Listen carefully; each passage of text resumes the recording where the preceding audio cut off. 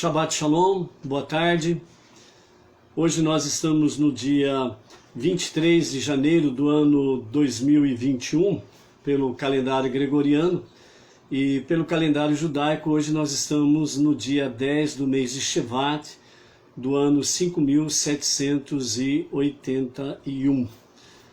Hoje, por ser o dia de Shevat, o dia 10 de Shevat, então hoje é o dia em que os sábios, eles nos falam, o sol se põe e o sol nasce, significando que o sol se põe, o sexto Rebbe, Yosef Yitzhak, a data do seu falecimento, em 1950, e o sol nasce, é quando o seu genro, o sétimo Rebbe, Menachem Mendel, então ele assume a liderança do movimento Hassidut, do Hassidismo, e então ele se torna o sétimo Rebbe, o Rebbe da nossa geração, o sétimo Rebbe, bem como o Tzadik da nossa geração. Então, a partir de 1950, hoje já faz 71 anos atrás, quando o Rebbe Menachem Mendel, ele assumiu a liderança do Hassidismo, e tornando-se dessa forma o sétimo e o último Rebbe, e por isso mesmo os sábios nos falam, e o Rebbe nos dá essa mensagem, que essa é a última geração sem Mashiach, que Mashiach, a revelação do justo Mashiach, acontecerá nesta geração. E devido a isso, então, desde então se fala que os dias de Mashiach sejam para nós nesse tempo presente, para agora. Amém. E que assim o seja, e que o Eterno possa, sem sombra de dúvidas, renovar nossas forças e energias, para que nós possamos ter dias prolongados, e dessa forma nós possamos ver os dias de Mashiach acontecendo, para agora. Amém. Ok? Nós queremos dar aqui um alô especial para o Darlan Silva, lá da cidade Jardim de Piranhas, Rio Grande do Norte. Esses dias atrás ele pediu para dar um alô para ele, e por fim acabei esquecendo. Então tá aqui o Darlan Silva, Jardim de Piranhas, Rio Grande do Norte, Louvamos a Hashem aí, pela sua e outras vidas mais que tem se conectado em nossas lives, bem como a Ana Lúcia Fernandes, lá de Maringá, Paraná, que também tem se conectado conosco aí, Nós também temos aí várias pessoas se conectando no nosso canal do YouTube, o nosso canal lá do YouTube, lá, Benenoa, Bauru e região, Então temos também, além aqui das nossas lives pelo Facebook, temos também as conexões que são feitas pelo nosso canal no YouTube, pelo Telegram. As pessoas estão aí se conectando cada vez mais conosco, Isso é muito bom, não resta dúvidas, Então aí nós temos o Luiz Antônio de Almeida Zanini, a Lídice Okamoto, a Desi Rosa Leme, a Naomi Souza de Palmares, Pernambuco, a Ana Santos de São Paulo, a Ana de Bauru, o Domingos Lima de Manaus, o Flávio Maciel Ibirité, Minas, a Nilza Faustino da Silva, Santa Rita, Paraíba, a Irani Hernani, da Grande São Paulo, o Euler Santos Pirapora, Minas, o Lucas Dourado, Fortaleza, Ceará, o Roberto Carlos Pires, Bebedouro, São Paulo, a Luzia Freire do Prado, Várzea Grande, Mato Grosso, o Arnaldo Silva, lá do Piauí, temos aí também o Roberto Andrade, o Vitor Teófilo, a Gilcilene Souza Oliveira, temos aí essas presenças aí, quando não estão aqui na live, ao vivo, sempre estão se conectando lá pelo YouTube, Então louvamos a Hashem por isso daí, e agradecemos né, as vidas que estão se conectando conosco, que estão aí participando da nossa grande sala de estudos de Torá, e recordando, né, o Henrique Costa, lá do Rio Grande do Sul. Shabbat Shalom, Henrique. Quando Yaakov ele estava para descer ao Egito por causa da grande fome que assolava o mundo inteiro, quando nos dias Yosef era o vice-governador, o vice-rei do Egito, Yaakov ele mandou o seu filho Yehudá a ir à frente para preparar ali o território de Goshen, para receber então a caravana de Yaakov com as suas famílias.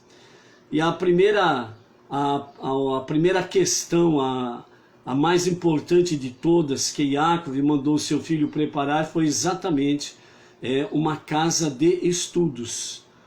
Então não tem nada mais importante do que primeiramente uma casa de estudos.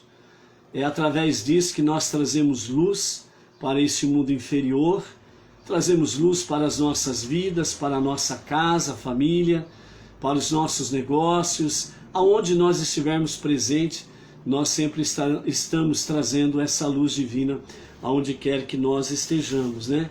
Então, por isso, é importantíssimo que, de fato, o estudo de Torá ocupe algo precioso nas nossas vidas, e a tzedakah, atos de bondade, de caridade, com coração voluntarioso, não é nada obrigado, e com coração voluntarioso, com amor e alegria, a tzedakah, com seus dízimos e ofertas, você trazendo realmente atos de bondade e caridade, mas essencialmente tzedakah é atos de justiça. Quem pratica tzedakah, né, fazendo com que o pobre, o necessitado, o destituído, o órfão, a viúva, sejam socorridos nas suas necessidades, mas principalmente em todo envolvimento onde há divulgação da Torá, estudo de Torá, esse precisa ser o principal foco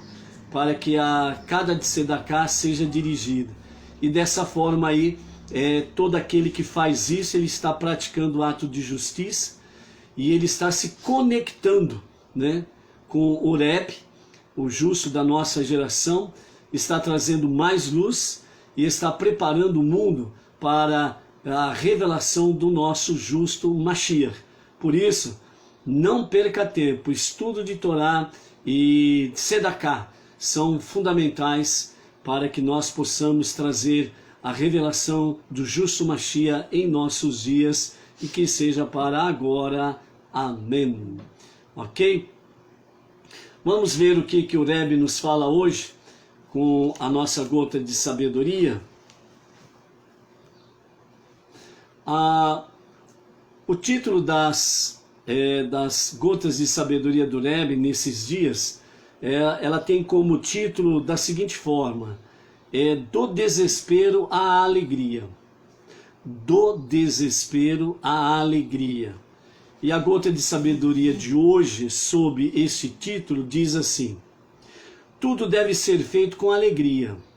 Até mesmo o remorso pode ser acompanhado de alegria.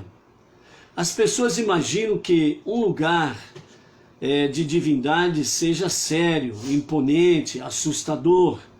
A verdade é que onde Deus está, existe alegria. É por isso que cada momento nosso é para ser celebrado e preenchido de alegria. Porque a cada momento estamos cumprindo nossa missão de trazer divindade a este mundo inferior. Não só as atividades claramente agradáveis, tais como meditação, estudo, oração, boas ações, mas também as ocupações corriqueiras e habituais, e a maneira pela qual ganhamos o nosso sustento e levamos a nossa vida. São todas modos diferentes de conhecê-lo e trazê-lo ao nosso mundo. Portanto, onde há Deus, há força e alegria. Então, por isso, né, força e alegria. Onde há Deus, há força e alegria. O salmista diz assim: para onde me esconderei da tua presença?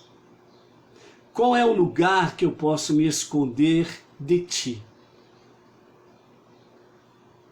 E o salmista diz que procurou todos os meios possíveis e impossíveis. E ele acabou chegando à seguinte conclusão: não há como se esconder da presença divina. Então, de acordo com isso, o nosso Rebbe está dizendo assim: e onde há Deus, há força e alegria. Então isso já é motivo para você pular de júbilo e alegria. Então, dentro desse contexto do nosso Rebbe, sem sombra de dúvidas, se onde há Deus, há força e alegria, e o salmista diz que não temos como nos esconder da sua presença, porque ele está em todos os lugares, porque tudo é Deus, tudo está em Deus, então é só ter força e alegria. Temos aí o livro, né, Cântico dos Cânticos, né? Shir Hashirim. E nesse Cântico dos Cânticos, lá tem uma passagem que fala: eis que vejo o meu amado, que vem pulando e saltitando. Segundo os nossos sábios, essa expressão, ela foi usada primeiramente por Adão e Rava, Adão e Eva. Lembra lá em Bereshit, onde fala que na virada do dia Deus vinha conversar com Adão? Então, segundo os nossos sábios, fala que Adão e Rava, eles viram, né, a presença divina chegando até eles, pulando, saltitando e dançando. Por quê? Porque onde há Deus, há força e alegria. E isso é motivo para pular, cantar e dançar. Então, dessa forma, né, aonde você está aí, Pedro Castro Gomes Miguel, Fátima Preara, pode pular, cantar, dançar. Deus está presente. E onde Ele está presente, há força e alegria. Então, por isso aí, né, Isabela, pode pôr a casa aí para pular e dançar. Há força e alegria. Certo, Paulo? Luciana? Né? Então, dessa forma, em outra gota de sabedoria, o Rebbe diz assim: se isto é real, qual é o motivo da sua tristeza? Qual? Eu não ouvi. Na realidade, nós precisamos desatar os nós em qual nós nos prendemos e nós ficamos impedidos de termos força e alegria.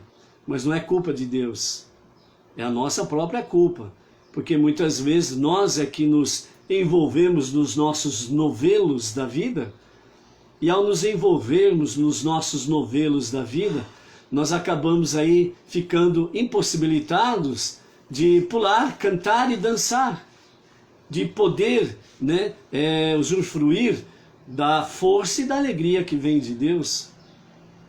Então não esqueça isso, do desespero à alegria. Qual é a força? Qual é a arma para vencer o desespero? Força e alegria.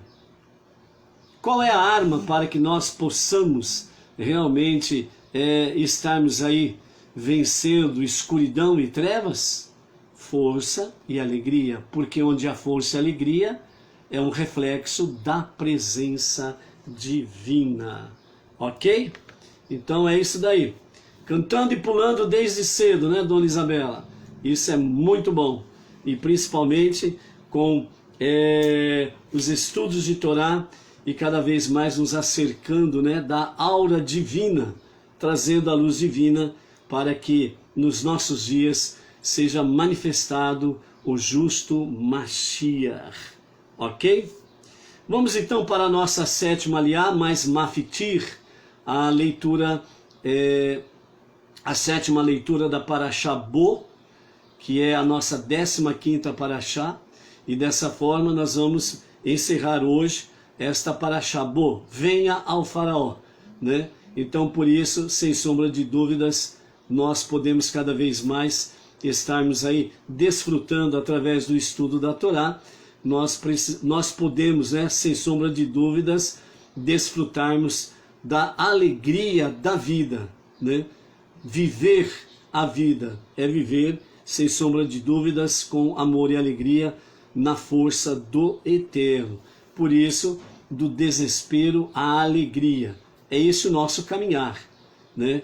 E se nós estivermos firmados dessa forma, no caminho dessa missão que Deus confiou a cada um de nós, de prepararmos o mundo para ser o lar de Deus, então realmente que as adversidades venham nos dar força para continuar.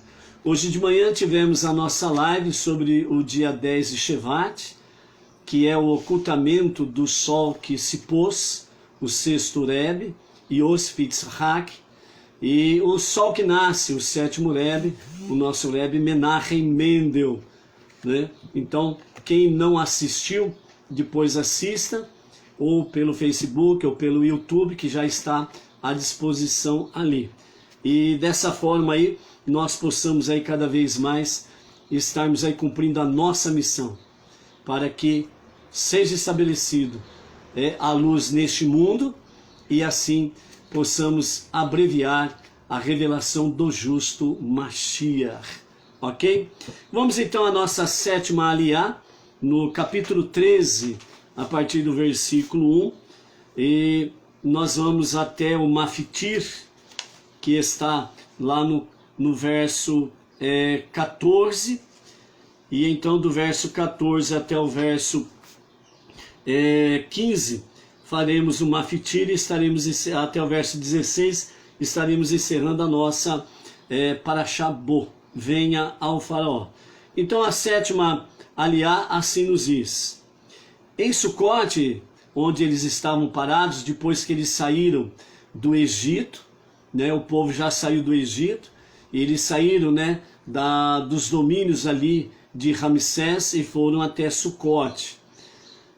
Em Sucote, Deus falou a Moshe dizendo: como poupei os primogênitos dos israelitas nessa praga mais recente, eles me devem a vida. Portanto, consagra a mim, dentre os israelitas, todo primogênito de homem ou de animal, e que seja o primeiro rebento de cada útero, ele é meu. Os homens primogênitos serão sacerdotes e oficiarão em qualquer altar privado que o povo erigir para oferecer sacrifícios. Manterão essa função até que o tabernáculo seja construído, momento em que os altares privados serão proibidos e o sacerdócio passará definitivamente aos levitas. Os primogênitos de vosso gado e de vossos rebanhos serão entregues aos sacerdotes e sacrificado a mim. E vossos jumentos primogênitos serão redimidos mediante a doação aos sacerdotes de um cordeiro ou cabrito em lugar de cada um deles, né?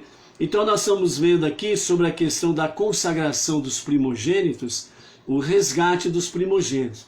Então assim, vamos falar de uma forma bem simples, como 1 mais 1 são 2. Não vamos entrar na complicação da raiz quadrada, ok? E muito menos nos cálculos dos engenheiros, né? Vamos no arroz com feijão, né? Então vamos aqui, de forma bem simples que todos podem entender. Quando eles lá em Sucote estão, então Deus fala para Moshe a respeito do resgate, da consagração dos primogênitos, tanto dos seres humanos que saíram, os judeus que saíram do Egito, como dos animais. Então veja bem que aqui Deus fala de forma bem clara e bem simples, para não pairar dúvidas. Ele diz assim, todo primogênito de homem ou de animal, que seja o primeiro rebento de cada útero, ele é meu, pertence a mim. Então os homens primogênitos, eles serão sacerdotes e e oficiarão em qualquer altar privado que o povo erigir para oferecer sacrifícios. Então os primogênitos dos homens eles são sacerdotes nesse tempo aqui. Depois que se estabelecem na terra prometida, o sacerdócio vai definitivamente para os levitas. Então aqui Deus está mostrando, está dizendo, ó, os homens primogênitos, eles serão sacerdotes e vão oficiar. No altar que vai ser erigido, os altares que serão erigidos, eles vão oficiar os sacrifícios. As pessoas vão trazer os sacrifícios e eles, os primogênitos, eles vão então fazer o sacrifício. Eles vão oficiar o sacrifício, certo? E dos animais, lá fala que os animais, os primogênitos dos animais, serão trazidos realmente aos sacerdotes para o sacrifício para Deus, certo? Aqui em momento algum está falando do sacrifício de pecado, primeiramente. Então aqui não tem sacrifício de pecado, portanto, não tem nada a ver com aquela frase famosa que se fala aí no meio das nações, né? O sacrifício do cordeiro para tirar pecado das pessoas. Não tem nada aqui de sacrifício de pecados, certo? Aqui é a consagração dos primogênitos. Simplesmente isto. E os primogênitos dos homens, nenhum deles também foi sacrificado. Ninguém dos primogênitos, nenhum dos primogênitos deitaram no altar para sacrifício. Nenhum dos primogênitos foi levantado em madeiro ou em altar de pedra ou altar de madeira, seja o que for, para serem sacrificados. Os sacrificados foram apenas os animais, desde o princípio. Nunca Deus pediu sacrifício humano. Nunca Deus aceitou o sacrifício humano. Esse é o primeiro ponto que as pessoas têm que partir. O nosso Deus, como disse muito bem o faraó, pequei contra Deus, o vosso Deus, quando ele falou a Moshe. O nosso Deus não é como os deuses dos pagãos, que exigem sacrifício humano. Quem sempre exigiu sacrifícios humanos foram segmentos, entre aspas, chamados religiosos pagãos, ou os movimentos pagãos, idólatras, os seus deuses inventados por eles, que sempre exigiram sacrifícios humanos. Deus, o único verdadeiro Deus, o Criador de todas as coisas, ele nunca pediu e nunca aceitou sacrifícios humanos. Essa é a primeira questão que você precisa ter em sua mente, na sua consciência. E aqui especificamente nós estamos vendo a consagração dos primogênitos. E é interessante nós observarmos aqui que os primogênitos de vosso gado e de vossos rebanhos serão entregues aos sacerdotes e sacrificados a mim, segundo os comentários de Irache. E os vossos jumentos primogênitos serão redimidos mediante a doação aos sacerdotes de um cordeiro ou cabrito. Quer dizer, o cordeiro ou cabrito, ele era doado para que o jumento primogênito, ele fosse redimido. Só aqui que é mencionada a questão de cordeiro ou cabrito, para ser redimido o jumento, animal, não ser humano. Entendeu? A partir do versículo 3, no capítulo 13 de Êxodo, né, temos aí a festa de Pêssar e a lembrança do Êxodo. Agora que o povo estava acampado em Sucote e já não tinha tanta pressa, Moisés achou que era hora de transmitir às comunidades de Deus, aliás, de transmitir os comunicados de Deus, que ele ainda não tivera tempo de passar adiante. Assim, antes de apresentar as leis que Deus acabara de informar-lhe, relativas à consagração dos primogênitos, ele expôs as leis que Deus lhe anunciara previamente sobre a celebração da festa de Pêssar no futuro, com os seguintes pormenores. Moisés disse ao povo: recordai esse dia em que saíste do Egito, da casa da escravidão, pois com mão forte de Deus vos tirou daqui. Mencionarás o êxodo todo dia. Nenhum alimento fermentado será comido em Pêssar, a festa que comemorará o êxodo, como será detalhado mais lá na frente. Vede o quanto Deus é bom para vós. Esse dia em que estáis saindo é no mês do começo do amadurecimento dos cereais. Ele vos será tirado na primavera, quando o tempo é perfeito para viajar.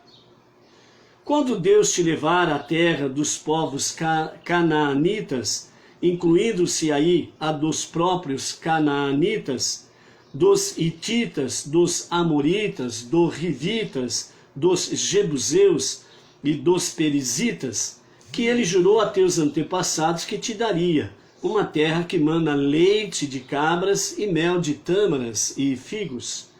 Então executarás este serviço, o da oferenda do sacrifício de Pêssar, todo ano, no dia 14 neste mês. Moshe não mencionou os perizitas explicitamente, porque se pode deduzir que estão contidos no próprio termo genérico canaanitas. E não citou também os girgashitas, porque o território deles não se distinguia por manar leite e mel. E ele prosseguiu,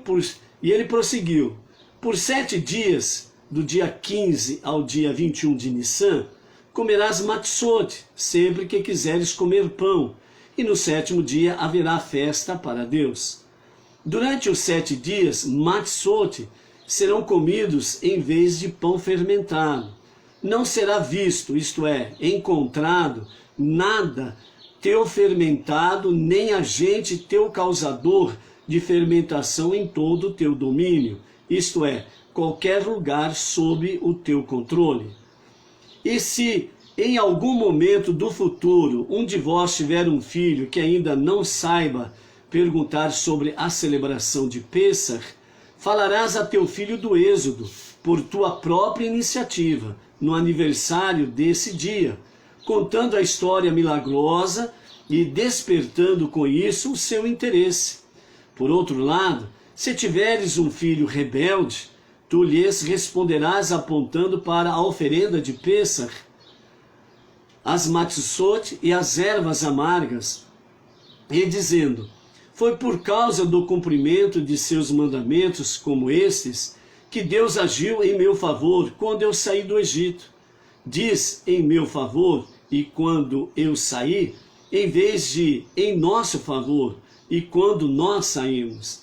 Na realidade, ele teria sido redimido com o restante das pessoas rebeldes, pois apenas os que se recusaram a partir pereceram previamente, lá na praga da escuridão. Contudo, não teria sido digno disso. Essa insinuação poderá influenciá-lo e levando-o a corrigir-se.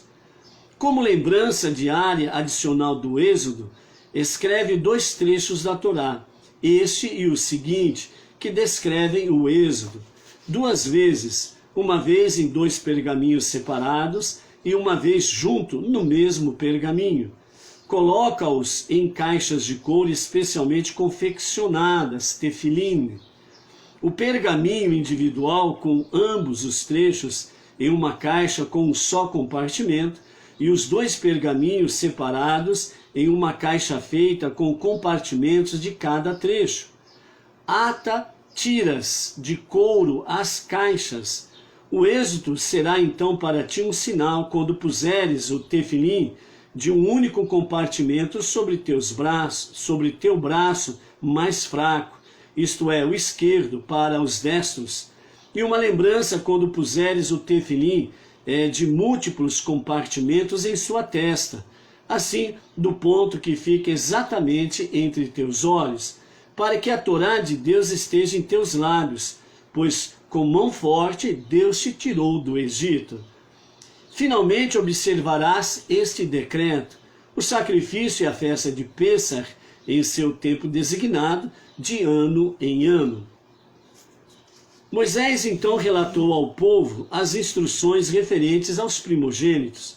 O seguinte mandamento só se aplicará quando Deus te levar à terra dos canaanitas, conforme ele jurou a ti e a teus antepassados, e a dera a ti. E evidentemente, sempre que Deus te ordenar que o cumpras antes disso. Pelo mérito da observância desse mandamento, entrarás na terra. Portanto, sempre que o executares, agradece a Deus por ele por te haver dado a terra, como se estivesse dando a ti naquele mesmo dia. Separarás para Deus todo o primeiro rebento do útero, mesmo todo o primeiro filhote macho abortado de teu gado e rebanhos, será considerado de Deus, embora não seja necessário dar tal animal a um sacerdote. Ele isenta o primeiro animal viável nascido depois dele de ser tratado como primogênito. Além de separar os primogênitos de teu gado e rebanhos, redimirás todo primogênito do jumento, por meio da doação em lugar dele de um cordeiro ou cabrito a um sacerdote. O jumento então será teu, tanto o teu jumento como o cordeiro ou cabrito do sacerdote serão assim animais não sacrificiais, e os donos poderão usá-los como quiserem. Os jumentos estão incluídos nessa prática porque trazem à memória o êxodo do Egito. Lembra-nos o quanto os egípcios estavam mergulhados na depravação sexual e que usamos muitos jumentos para transportar carregamentos de prata e ouro egípcios quando deixamos o Egito.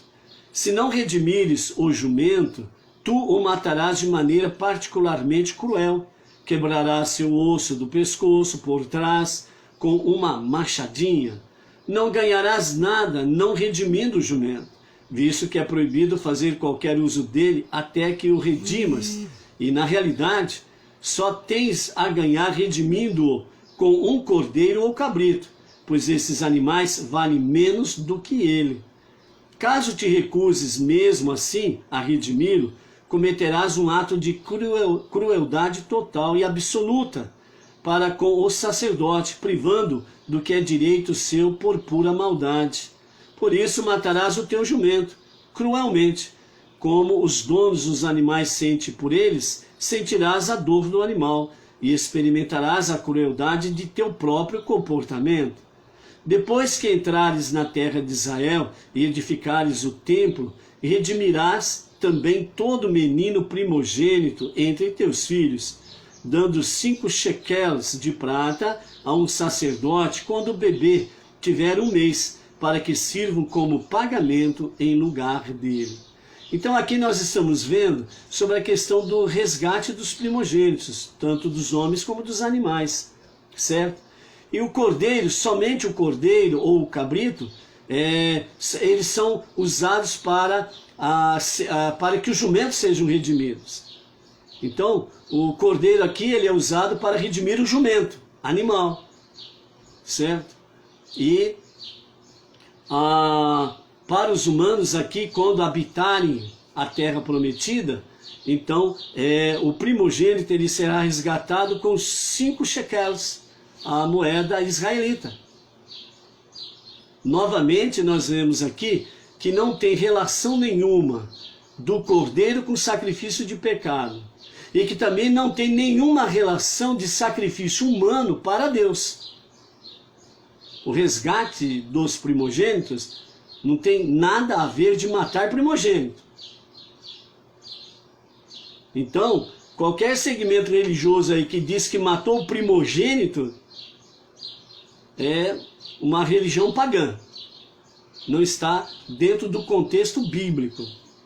Não é uma ordenança divina. Então, é aquele negócio, chega de prato pronto. Você escuta um monte de blá blá blá onde você vai, e você recebe aquele prato pronto, e você não dá uma rabuscada ou uma remexida no meio da comida para ver se tem bigato lá no meio.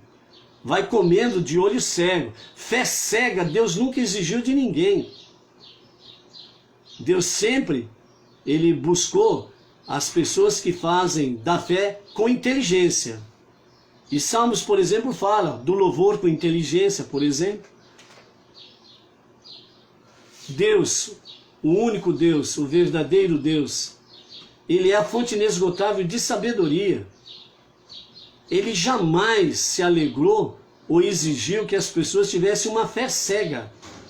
Fé cega não é coisa de Deus, é coisa dos homens. Eles chegam e entregam para você o prato pronto e você come, sem olhar o que está comendo, sem dar uma mexida no meio da comida para ver se não tem bigato lá no meio. E você vai comendo. Aí depois que você come ainda fala assim, puxa vida, que comida boa é essa? Com bigato? Com porcaria no meio? Jamais será uma boa comida. Ah, mas eu achei gostosa. Lógico que você achou gostosa. Os seus olhos são gordos, seus olhos são egoístas, seus olhos são preguiçosos. Você já quer o prato pronto. Você não quer trabalhar para pegar um excelente prato de qualidade. Você quer pegar um prato pronto. Você não quer se esforçar, pesquisar, estudar, debruçar-se e pedir para Deus a sabedoria que vem de cima, para que você possa ler e discernir.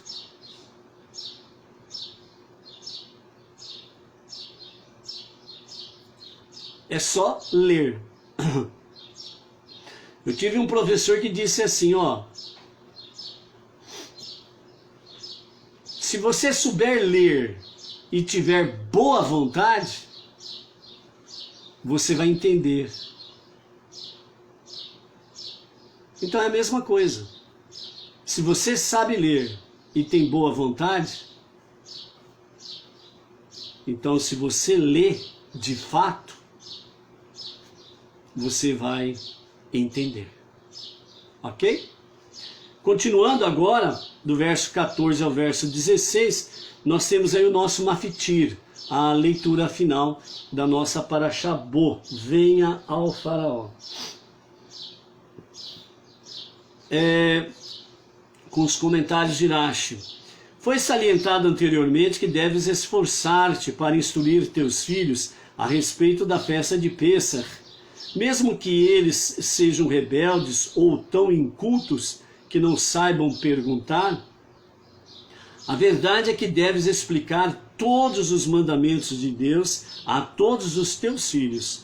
Portanto, se no porvir, após o falecimento da geração do Êxodo, tiveres um filho simplório, que não analise as coisas em profundidade, e teu filho simplório te perguntar sobre a redenção dos primogênitos, dizendo singelamente, o que é isto?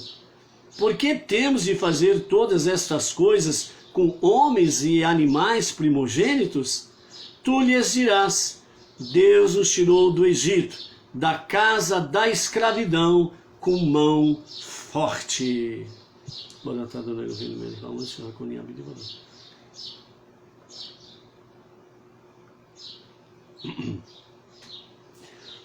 Verso 15.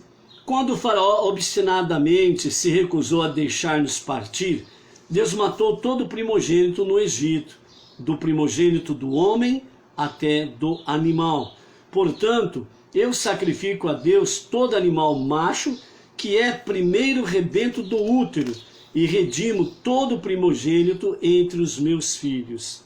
Novamente, nós temos aí a palavra, não é usado aqui o animal do sacrifício para perdão de pecados.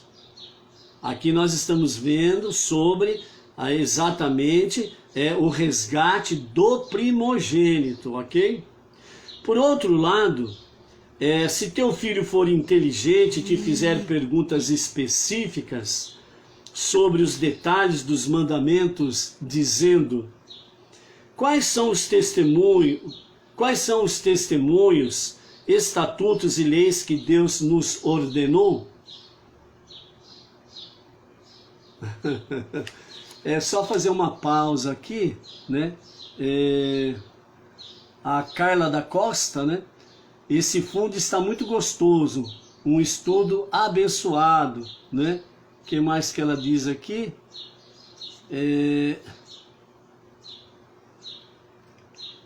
Ela está falando de qual som? Vocês sabem? Esse daí, ó. Olha lá. Os nossos pardais, né? O nosso fundo musical, né? Graças a Deus eles estão aí todos os dias, né? E realmente, Carla, é uma bênção. Nós temos a tarde com a Torá, com os cânticos dos pássaros. Realmente dá uma outra conotação aí. Muito bem observado. Né? Vamos em frente aí, então. Capítulo 13, verso 15, é o penúltimo versículo para encerrarmos a nossa paraxá. Quando o faraó obstinadamente se recusou a deixar-nos partir, Deus matou todo o primogênito no Egito, do primogênito do homem ao do animal. Portanto, eu sacrifico a Deus todo animal macho, que é primeiro rebento do útero, e redimo todo o primogênito entre os meus filhos. Por outro lado, se teu filho for inteligente e te fizer perguntas específicas sobre os detalhes do mandamento ou dos mandamentos, dizendo: quais são os testemunhos, estatutos e leis que Deus nos ordenou? Tu responderás às suas perguntas com a devida consideração. Assim ajustarás tuas explicações dos mandamentos de Deus ao temperamento e às habilidades mentais de teus filhos, sejam eles maus, tão pequenos que ainda não saibam perguntar, simplórios ou inteligentes. Põe este parágrafo também em teus tefilim. Assim, o êxodo que é descrito nesse trecho será mais um sinal sobre teu braço e lembrança entre teus olhos de que Deus os tirou do Egito com mão forte. Todo aquele que vir os tefilim se recordará dos milagres do êxodo e falará deles. Embora eu agora só te mande escrever 2 trechos, faz o tefilim da cabeça com 4 compartimentos, porque no futuro te mandarei colocar nele mais 2 pergaminhos. O tefilim da mão deve conter apenas um compartimento, pois aí porás em um único pergaminho todos os trechos específicos. Ok? Então aqui nós encerramos a nossa paraxá Bo. Foi uma semana gratificante, muitos ensinamentos, muitos aprendizados. Conhecemos bastante coisas novas. A primeira lição da paraxá Bo, o próprio nome diz: venha ao faraó. Ou seja, Deus estava dizendo a Moshe: pode vir ao faraó, não tenha medo dele, eu estarei contigo.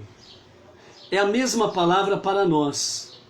Nós estamos vivendo dias em que de fato realmente as coisas estão difíceis. O mundo lá fora, o seu sistema, estão cada vez mais jogando as pessoas dentro de uma cova ou uma vala comum, chamada medo, depressão, terror, angústia e a morte sempre presente. Então, Deus está dizendo a você e a cada um de nós: Bo, parou, venha ao faraó, venha e enfrente o faraó, enfrente quem quer que seja e o que quer que seja. Eu estou com você. Você não está sozinho. Deus, Ele nunca vai te deixar sozinho quando você chama por Ele.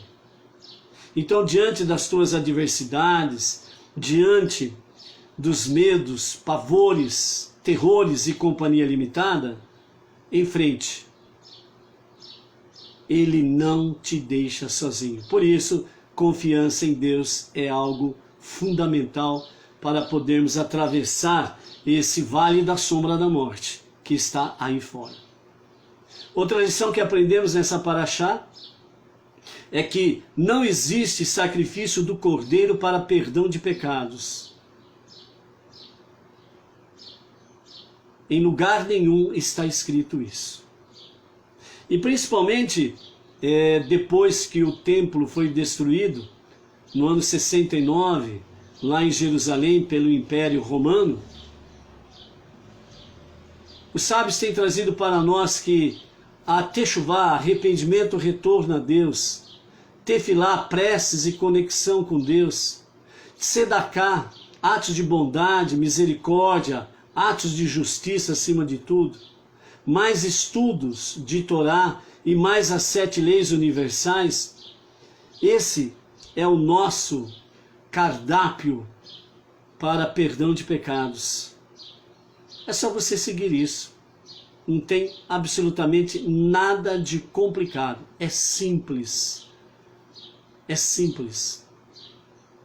As placas que puseram aí fora, elas que complicaram as questões.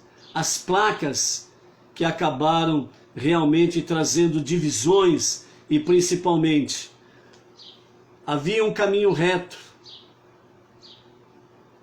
nesta jornada para transformar o mundo no lar de Deus.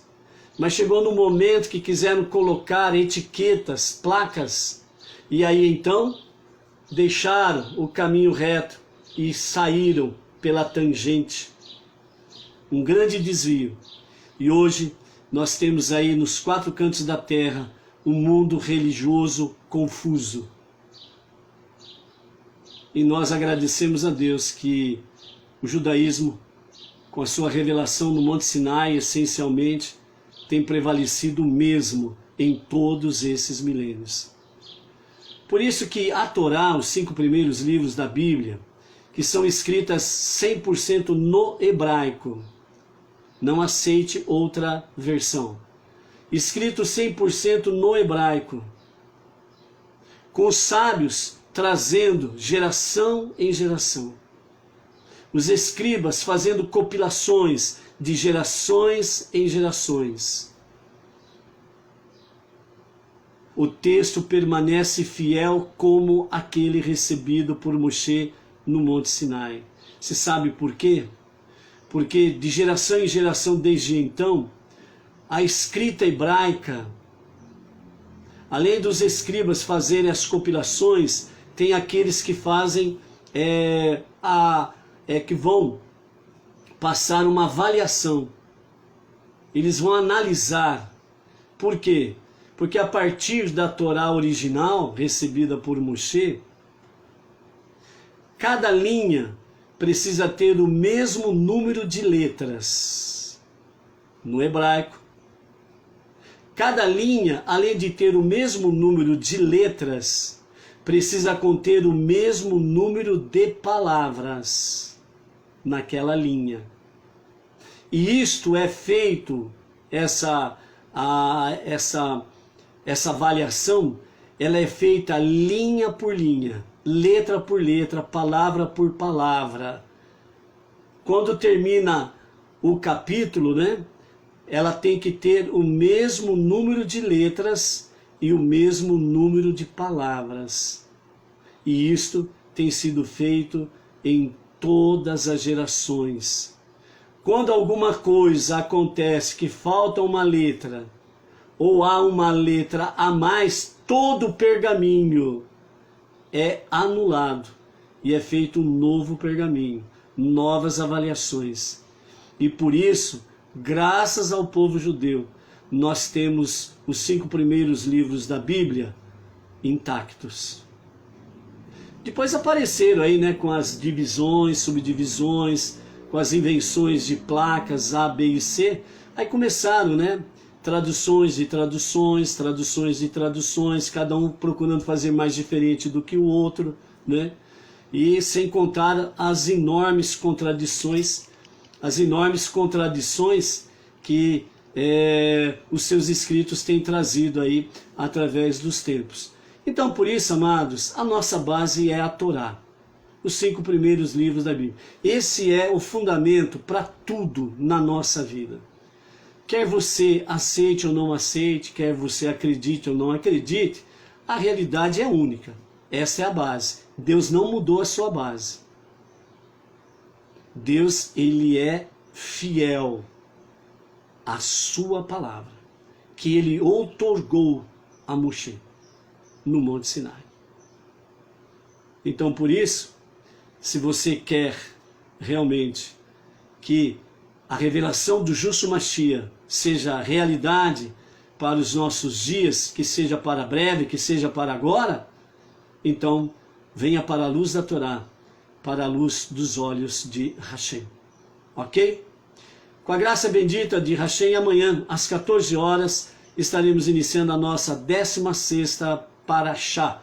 A nossa 16ª Parashá chama-se Beshalach, que significa deixado.